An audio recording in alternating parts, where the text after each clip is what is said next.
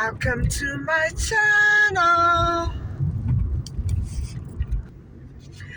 So guys, I'm tired, but not sore. That's a good sign. So how's everybody doing today? I am starting a new case tonight. The case of Tammy Lamondin, and I'm going to have a look at the area which I'm familiar with, where she vanished. It was quite remote when she vanished. And so what I want to do is, I'm not sure if you're going to get this in this upload or in another upload, but I believe I will be doing it maybe in 2 parts. I'm not sure yet. That's why I don't know if you'll be seeing it in this episode or not, but I'm going to have a look at the party, the area of the party where she went, and the place where she was dropped off, and the bar where it was basically located, and they were all pretty far from each other. So I'm going to go and have a look because it's still lots of daylight left, and I'm familiar with the areas. So we're going to head on up there. I also have to pick up some more planters because I didn't find the right ones yesterday. So that other Dollarama is close to there, so I'm gonna go back to that one and have a look. Probably I'll leave that for last because I don't want all the daylight to go. It's a few minutes before 6 p.m. so I don't know. I may not find everything tonight, so we'll have to see.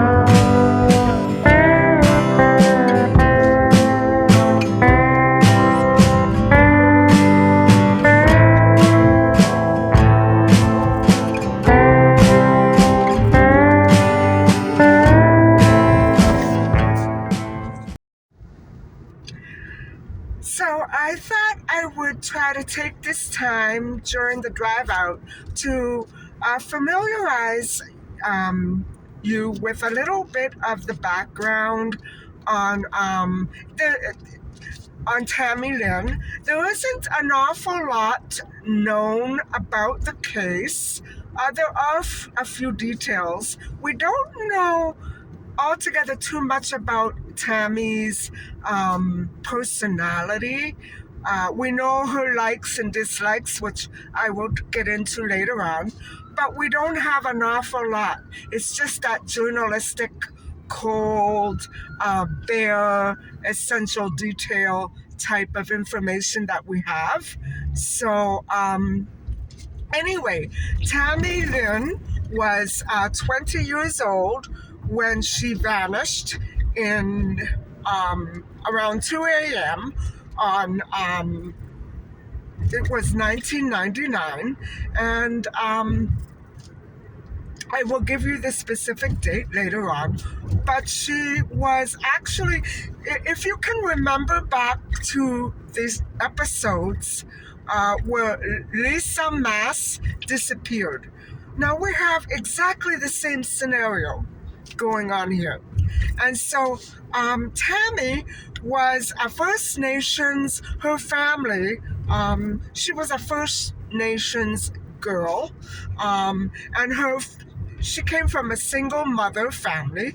She had a brother, Darren. There was somebody else named Darren too in one of these victims' families. I think it might have been Tori. I don't remember.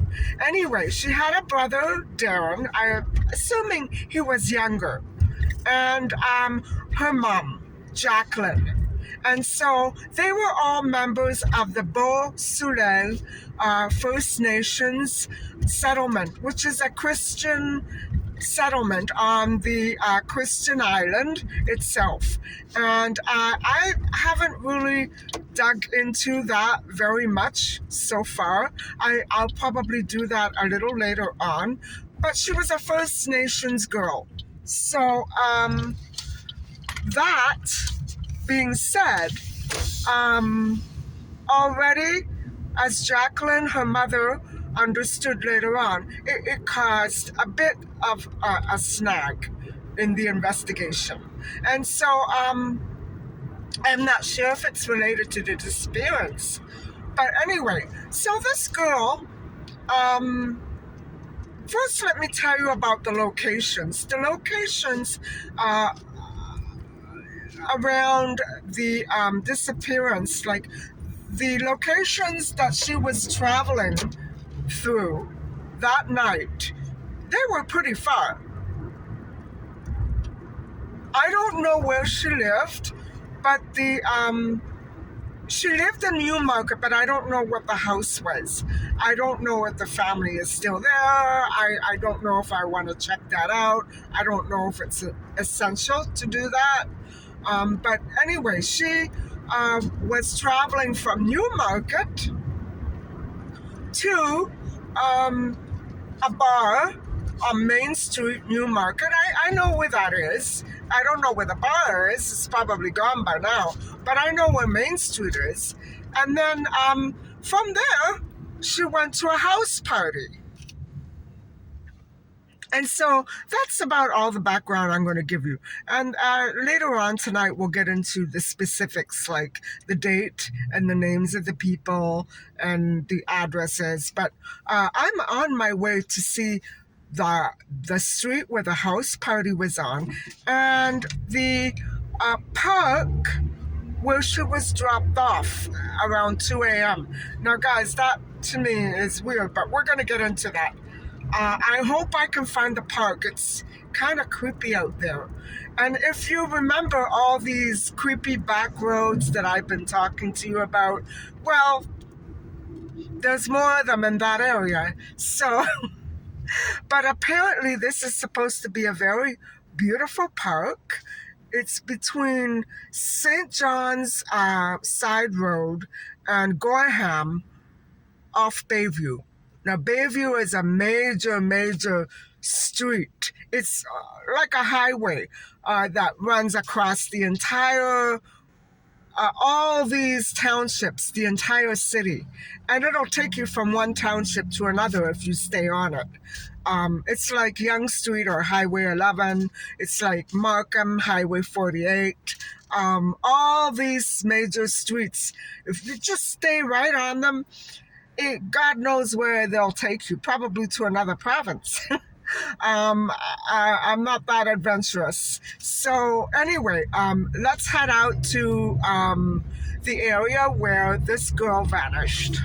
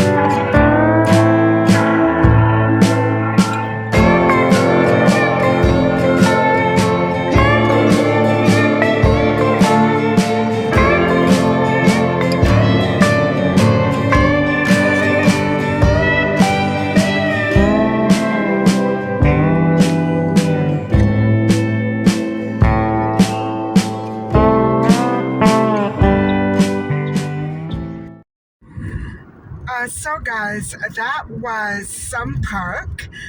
We found it, Ferry Park. And I have to say right off the bat, it must have been stunning back in its day when I was built in 1995, but it is definitely not my kind of park. That current, that water current, is absolutely, um, sorry guys, absolutely terrifying to look at. And so to walk there gave me vertigo. I have that kind of sensation. And so I get that way when I speed too.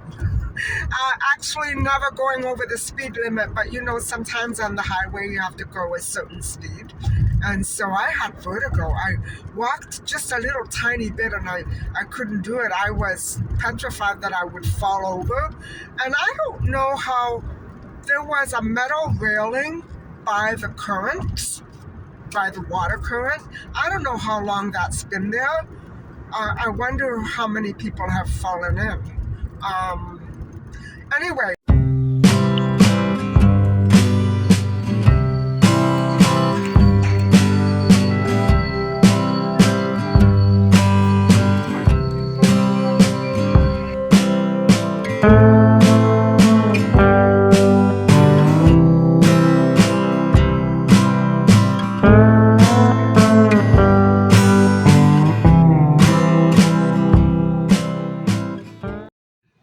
Hi guys. So that haul, as you can see, I just bought a few things, a couple of things, came to $6 and some odd cents. So those are the sizes that I was looking for yesterday and I couldn't find them. So I went back to the original Dollarama where I first found those little ones. And I managed to pick up a few more. So I think what I'm going to do is sit down with my notes and then come right back at you with the new case of the disappearance of Tammy, very young Tammy Lamondin. So today, what I did was I tried to familiarize you just a bit about the background of Tammy Lamondin, who went missing in 1999. And, you know, as of 2023, her whereabouts are still unknown, are completely unknown, and it's a baffling case. And so what I did also, and I'm not sure if I'm going to upload those clips today or tomorrow or whenever, I also tried to show you her her township, her little neighborhood, her little community, which is very bustling. And I have to say that I think I've fallen in love with it. Although I didn't like the park, Fairy Park or Fairy Lake, where she was allegedly last seen. And so I'm going to go over this case slowly because I want everybody to understand that there's a pattern here.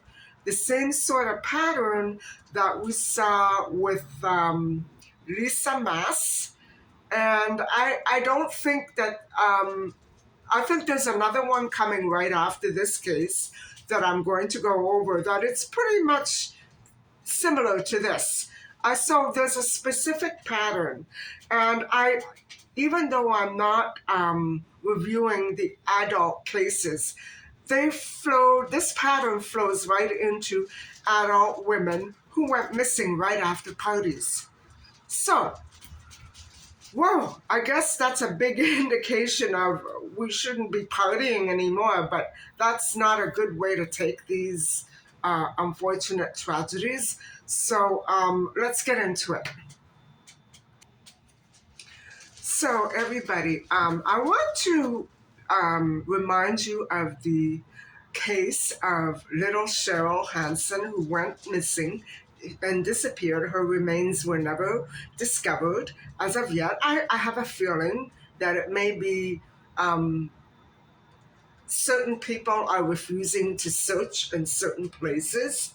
And so, anyway, this case is kind of similar in a way that it's not that far from Newmarket. It's not that far from where Cheryl and Tammy allegedly disappeared. And also, they both happened on the weekend of the Victoria Day. Um, it used to be called Victoria Day. It was a long weekend that always comes at the end of May, and there's one coming up soon. And it's so similar to that. That day, the 29th of May, 1999, was a Saturday.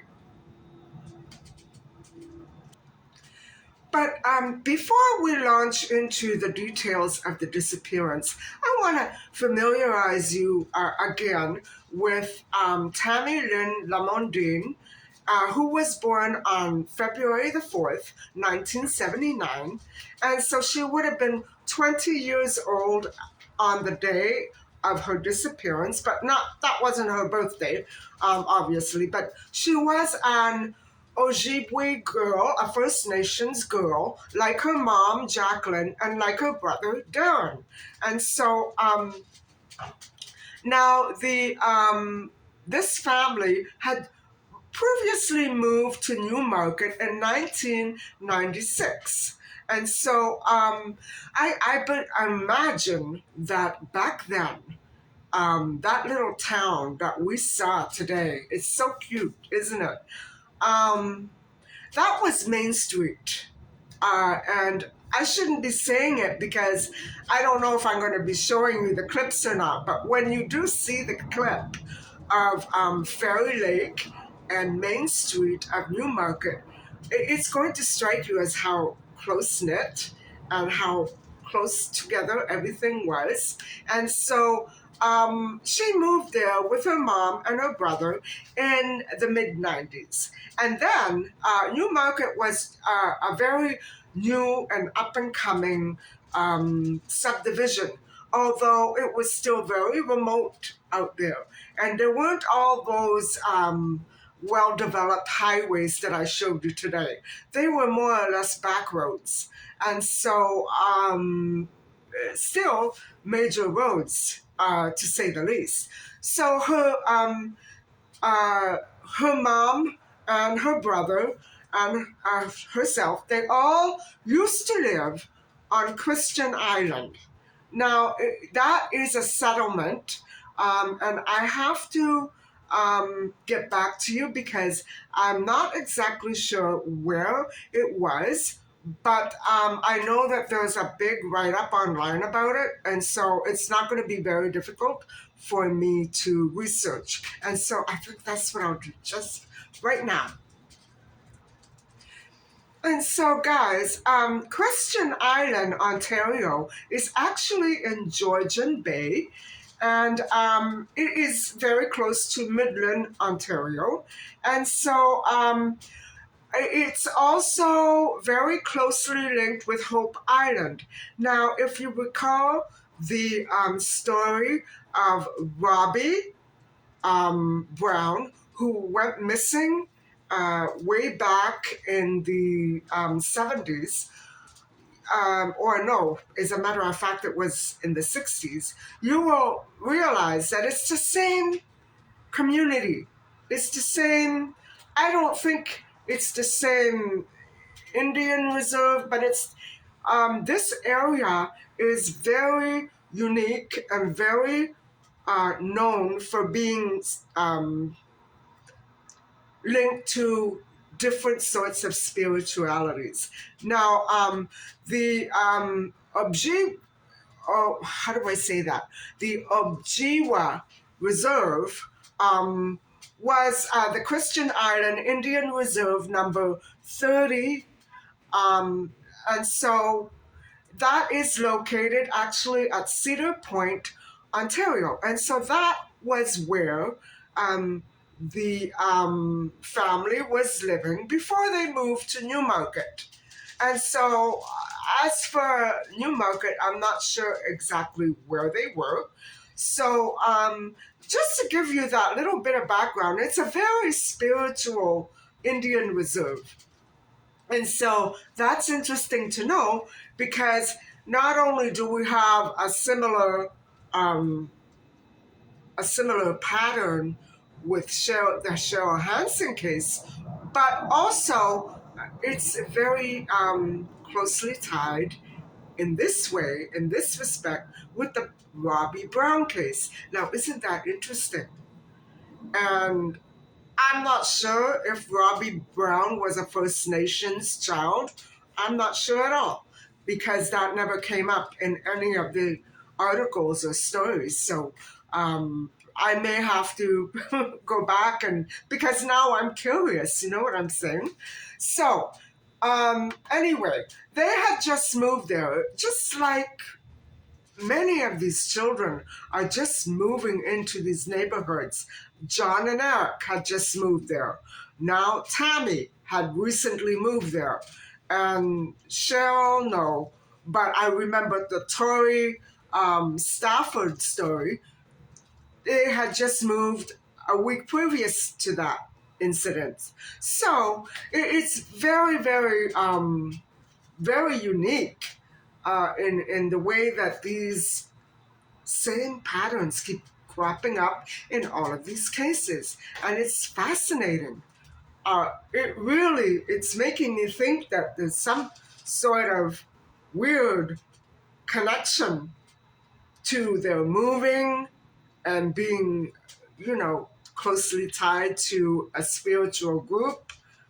I don't know. This is so weird, guys. Anyway, the actual city of Newmarket is much broader than that main street strip, of course. And I could even show you the developments, but it's not connected to this story. And so sometimes I shop there, not often because it's kind of far out for me. But yes, sometimes I enjoy shopping there. There's a lot of strip malls and many, many more new subdivisions that are going up now and have been going up since the 90s. So it's a very upscale section of that part of the city. And so, as I said, that night, all those back roads would have been, I don't know how she did it. If it were me going to a party, I I wouldn't be trusting anybody to take me anywhere. I guess I'm just like that. That's also why I was always a designated driver. And so I felt more safe and secure in my own car. And if I wanted to go anywhere, I was going to make sure that I got my own self there with my own set of wheels. Even my girlfriends, never knew exactly where I was going to end up with some of them. So I was always a designated driver. Anyway, Tammy Lynn, her mom was Jacqueline, and she had an older brother. I thought it would be a younger brother, but it's an older brother called Darren. And so all of them were members of the Beau Soleil First Nation from Christian Island. So they actually had that settlement had actually been close to Perry Sound as well, near Aurora. And so Aurora, I'm very familiar with that because my cousin lives there. And so I'm always shopping there too. And I'm very familiar with the streets there. And so Newmarket is just about a 5-10 minute drive from that area that I'm very familiar with. And so, but Perry Sound, that's quite a ways out. And so what happened was she lived in Perry Sound. Actually, she lived in Aurora for 16 years. And then for the last 4 years of her life, she moved to Newmarket in 1998 with her mom and her brother. So she lived in Aurora. That's very interesting. I wonder where, because I love Aurora. It's a beautiful city. It's got that old feel to it, which is what I love about it. But it's also very up and coming. It's very upscale as well, and it's still developing. So, at the time, okay, now Tammy Lynn was a very industrious and hardworking girl. And even though I haven't been able to find out exactly what she did work two jobs, especially at the time that she disappeared. She worked two jobs and she absolutely loved yoga and poetry and numerology. And so you can see all that spirituality just um, uh, coming out of all of her personality and her character. And it really did show that she was a very spiritual person. She was very spiritually inclined. And so, in May of 1999, she was taking driving lessons. Wow. And so I wonder if she was the one who was driving on that fateful night. So she worked two jobs, and she was very, very fascinated by marine biology, and she wanted to become a marine biologist. Good for her. I wish that she had been able to go on and do that. And so also she was left-handed. And so, wow, it's interesting to find that out. You know what I'm saying? Now, Tammy was cute. She was pretty, as you can see from the thumbnail. She was only 20 years old, and she stood 5'6", so she was kind of tall, 5'8", and she weighed about 105 to 110 pounds. A very slim and tall girl. And so Tammy had blue eyes, a very light skinned complexion, and brown hair, which was at the time that she went missing, it was short. It was cut short and kind of a wavy, flippy style that was very popular back then in the day. And so I remember that hairstyle was quite popular, and it was cute on everybody. Anyway, so she had a very wavy kind of a texture to her hair, but it was smooth and not curly. So she had a dolphin tattoo above her right ankle on this side, and her navel was pierced, as mine was, and it held a ring. So those would be her markings that are in the profile. And so both of her ears were pierced, one with three. I don't know if the other one had one or two, but one had three. Now, I had two and one. It was very much popular and in style to have all these piercings and rings. I never had one on my face, but I didn't mind it on my belly button, and I didn't mind it an additional one on my ear, which used to get infected every now and then. Now I believe it's just closed up. So anyway, enough of that. So okay, let's get to the disappearance. In the clip, I show you Fairy Lake Park, and then I show you the street view, and that would be Main Street, Newmarket. And so I was confused with the other township where her friend came from, which was a different main street. But this one, I am very sure that after Tammy left home on Friday evening on the 28th of May, 1999. She went to a bar on that strip because that is in the article. It says that she frequented the bar on Main Street, and so it may even be that there was a bar next to Fairy Lake Park. I don't know, but it's a very tiny street, and that street that we were on today was incidentally called Water Street, and so it's amazing that she was spiritual and that there was a big cascade of water there. And she allegedly went missing on Water Street because that's where Fairy Lake Park is.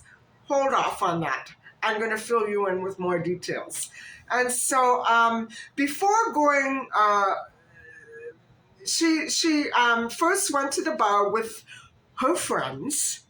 She met them there, and that was in Newmarket. And she had a few drinks with her friends before going to a local nightclub there with 3 friends, including 27-year-old not Paul, but Paul Klassen.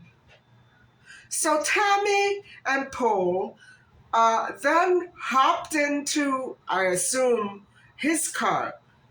Now, guys, I don't know if she walked from her house to the bar. I'm assuming she did because everything was so close-knit and close by there. What a nice little town. That's the old part of Newmarket. And so it's so quaint and charming there. I have to go back. I have to go back. And so I want to check out all those little boutiques. You know what I'm saying? Anyway, I don't know if she couldn't have driven, is what I'm saying. I don't know if she went with her friends to the nightclub or if they walked. I don't know. That's what I'm trying to say. I don't know what their transportation deal was like before they went to the house party. Now, from what I understand, they went into Klassen's car. I don't think the friends went.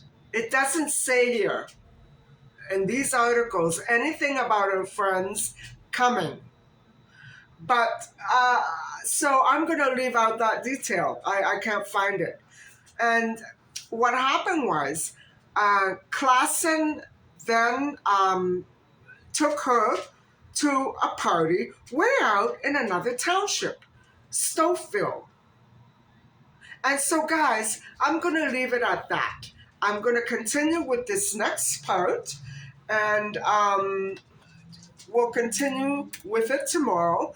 And I'll probably show you a bit of a clip of her, the street view of her community there. It's so cute.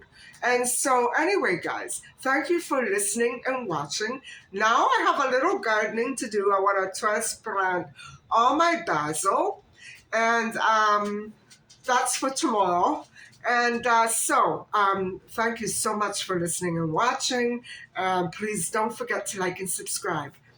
Bye for now.